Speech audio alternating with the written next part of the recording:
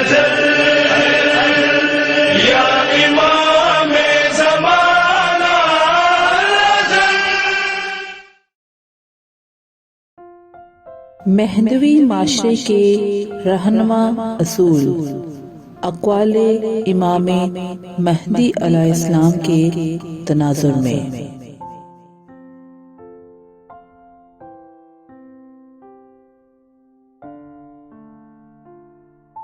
سلام خلیفۃ الرحمن پر، سلام امین قرآن پر، سلام محمدی عرفان پر، سلام علوی لسان پر، سلام فاطمی وجدان پر، سلام امام زمان پر۔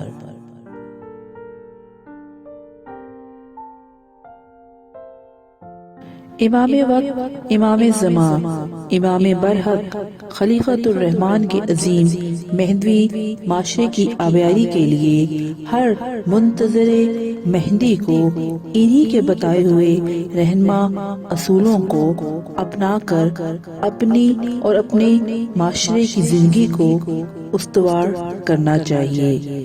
یہی اولین دینی ذمہ داری ہے جو ہم تمام اسلام کے ماننے والے مسلمانوں کو علوی اور فاطمی مودت کا حق ادا کرنے کی طرف راغب کرتی ہے، اور حسنی اور حسینی عقیدت سے اس ذمہ داری کو کمال اوج تک پہنچانے کا راستہ بھی فراہم کرتی ہے۔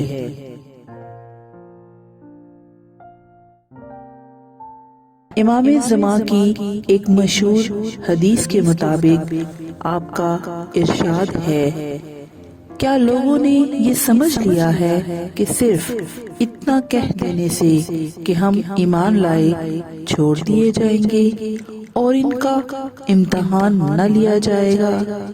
لوگ کس طرح حیرت اور سرگردانی میں مارے مارے پھرتے ہیں، دائیں بائیں بھٹکتے ہیں۔ یہ لوگ دین سے جدا ہو گئے ہیں، یا شک و شبہ میں مبتلا ہو گئے ہیں، یا حق کے دشمن ہو گئے ہیں، یا صحیح روایات اور اخبار صحیحہ سے جاہل ہیں، یا جان بوجھ کر بھلا دیتے ہیں۔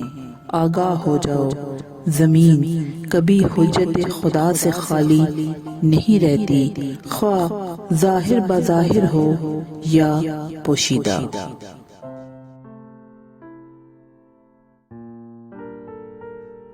اپنی اس شورا آفاق حدیث میں امام زمان نے بہت شورا آفاق پیغام دیا ہے۔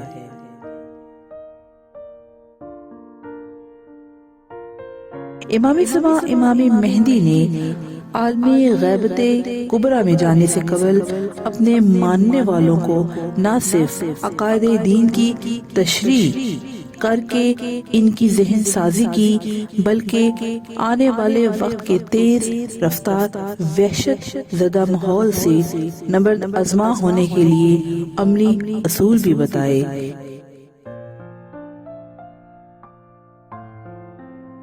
انہی میں سے ایک رہنما اصول مہدوی معاشرے کے لیے بہترین عقیدہ کیا ہونا چاہیے، اس کے لیے امام زمان نے سورہ عنکبوت کی ایک آیت کا حوالہ دیتے ہوئے فرمایا کہ لوگوں نے یہ سمجھ لیا ہے کہ صرف اتنا کہہ دینے سے کہ ہم ایمان لائے وہ چھوڑ دیے جائیں گے۔ دراصل اس حدیث سے امام زمان لوگوں پر یہ واضح کرنا چاہتے ہیں کہ محض عقیدہ اپنا لینے سے، ذہن سازی کر لینے سے عملی رفعت حاصل نہیں ہوتی۔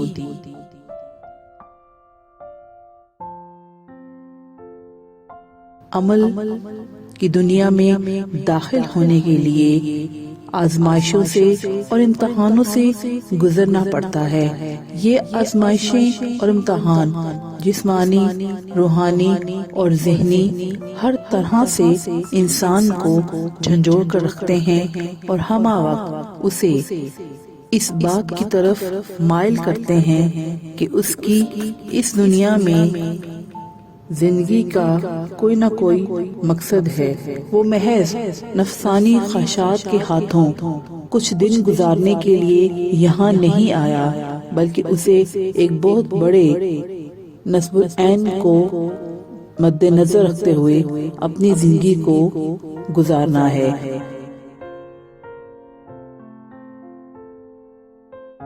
اور یہ نصب العین کیا ہے؟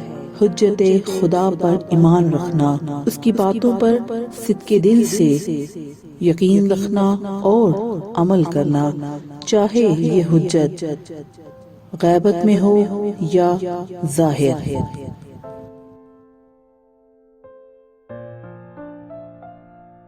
سورہ عنکبوت کی اس آیت کا حوالہ دے کر امام زمان اپنے ماننے والوں کو آنے والے وقت کی تمام ذہنی، روحانی ہر طرح کی مصیبتوں کا سامنا کرنے کے لیے تیار کرنا چاہتے ہیں۔ یہ آزمائشیں ذہنی ابتلا کی صورت میں حیرت و پریشانی کا شکار ہونا ہے، یا روحانی ابتلا کی صورت میں اطمینان قلب کا غائب ہو جانا ہے۔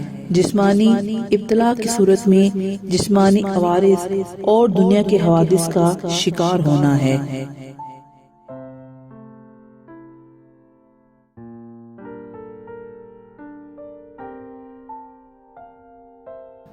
الغرض تمام تر اندرونی اور بیرونی، ظاہری اور پوشیدہ آفات اور مصیبتوں سے نجات کا ذریعہ بھی امام نے اسی اپنی حدیث میں فرمایا، اور وہ یہ کہ جب ایسا وقت آئے کہ ذہنی، جسمانی اور روحانی مصیبتوں کا شکار انسان کوئی رائے حل نہ پائے تو اس وقت اسے اللہ سے ہدایت مانگنی چاہیے، اور وہ اللہ ہدایت کے لیے ہمیشہ اس سرزمین کو اپنی حجت سے پر رکھتا ہے، چاہے وہ حجت بصورت نبی موجود ہو یا بصورت امام وقت۔